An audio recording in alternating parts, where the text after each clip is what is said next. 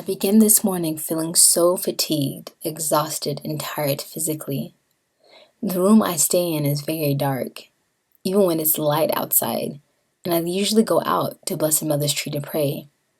However, I wasn't feeling physically up to it this morning, so I stayed in my room, sitting on my bed, worshiping the Lord.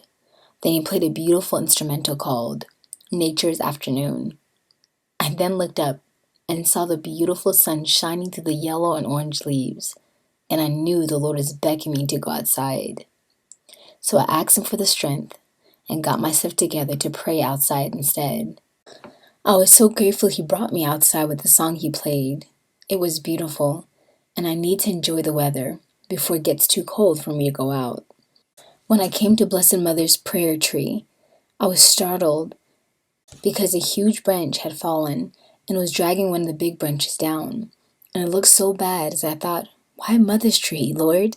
And was glad that I wasn't out here when it happened. The wind, although seems so subtle, is very strong and has taken down many branches at the house. As I began thinking, could this be a prophetic sign concerning the church? I was so disturbed by how her tree looked. Then in prayer, I began journaling. Lord, I'm struggling again, as you gave me the readings about you coming back, which is exciting, but I don't feel as excited as I should, because again, I'm trying to piece all of the pieces together concerning the city of God and your promises, and wondering if I'll be taken or staying behind. So much confusion. Then I thought to seek you to tell me, but remember what you said, to be in the moment, and to focus on what you set before me each day, and not things in the future. Because I figured if you told me again to confirm that I was staying behind, I'd be so focused on the preparation of staying behind rather than the moment you've given me today. So I'll just leave it for now and trust what you told me and abandon that excessive desire to know everything. Help me, Lord. Jesus began. My beloved, I am your help, strong tower and refuge. Many of my brides, especially the Heartdwellers, have assignments against you all of hopelessness, discouragement, and discontentment. It was wonderful counsel you gave my beloved bride. And here he's talking about a soul that I had just seen for confession. The devils are trying to undermine your relationship with me by these feelings of damper, depression, and discontentment. Don't allow them to steal your joy or your peace anymore. I've so much in store for my beloved brides, whether I take you to myself during the wedding banquet, or whether I've called you to stay behind. Trust me and surrender all, especially the details, to me, beloved.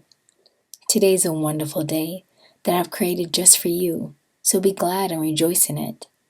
See the wonders all around you, of the birds singing, dogs barking, the beautiful change of color in the leaves, the sun glistening with expectation and joy.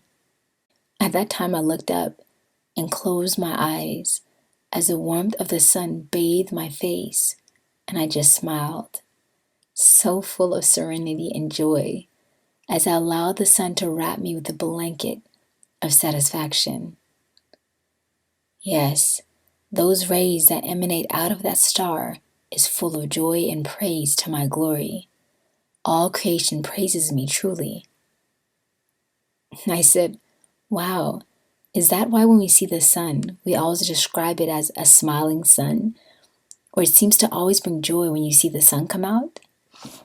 Jesus responded, exactly, my beloved.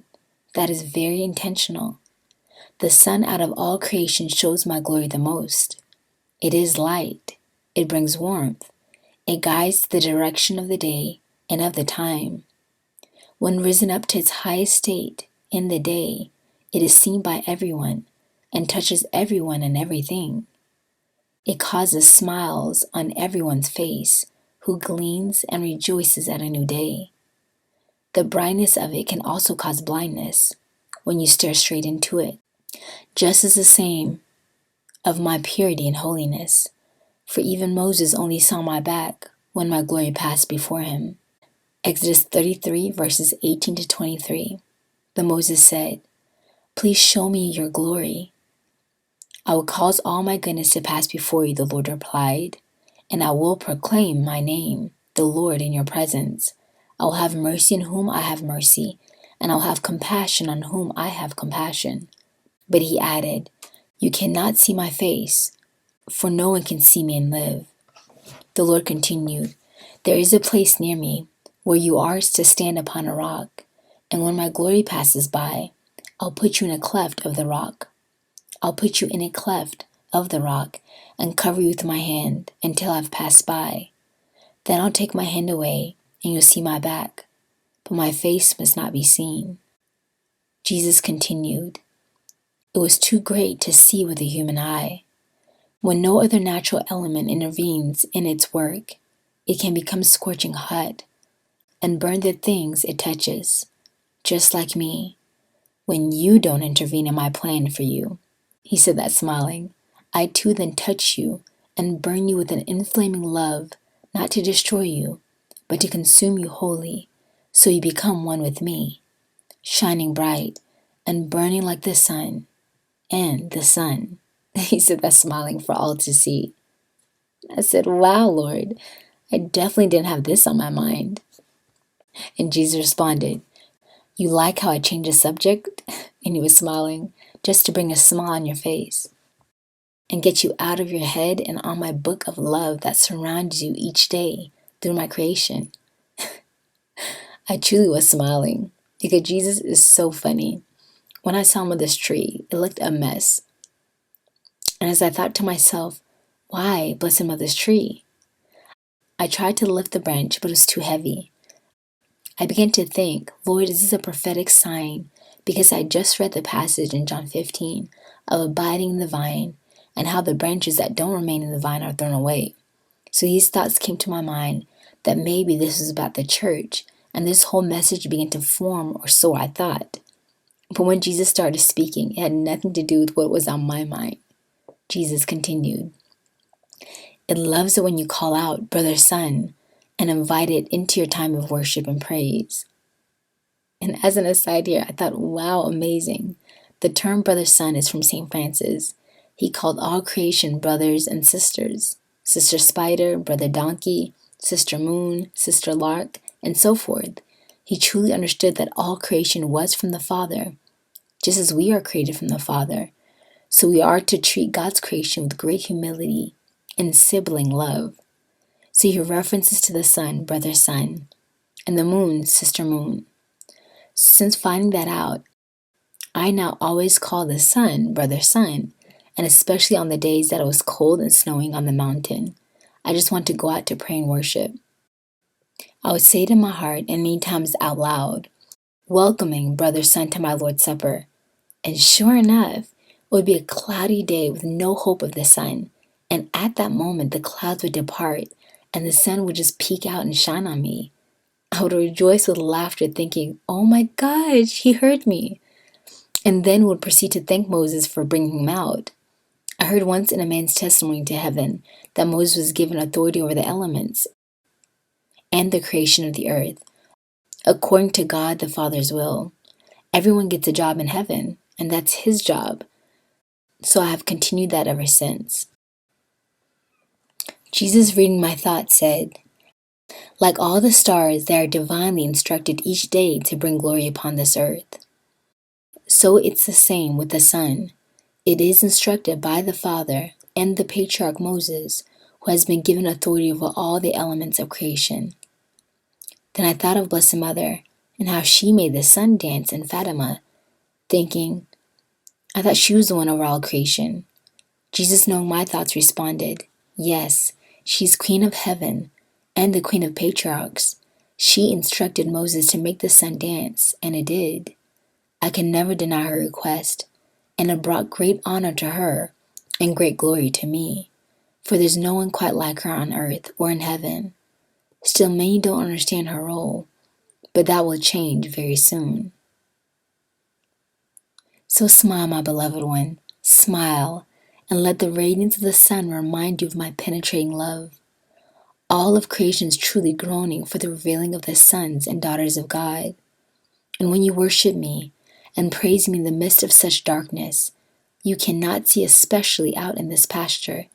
It brings joy to all creation all around you. The trees praise with you.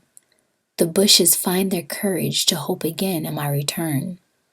The horses admire you as they see one of the sons of God praising their Creator.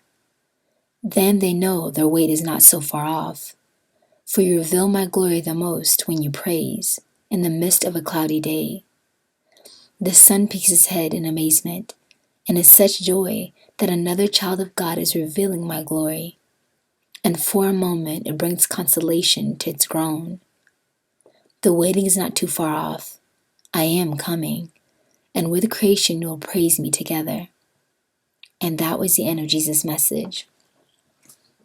Wow, what an amazing message. I stayed in awe for a bit, looking at my surroundings and the beautiful creation all around me as I contemplated all the words the Lord said. Then I pulled at Raymond immediately afterwards, and it said, "Yes, my creation is beautiful, but none as beautiful compared to you." I thought, oh wow, Lord, how sweet He is.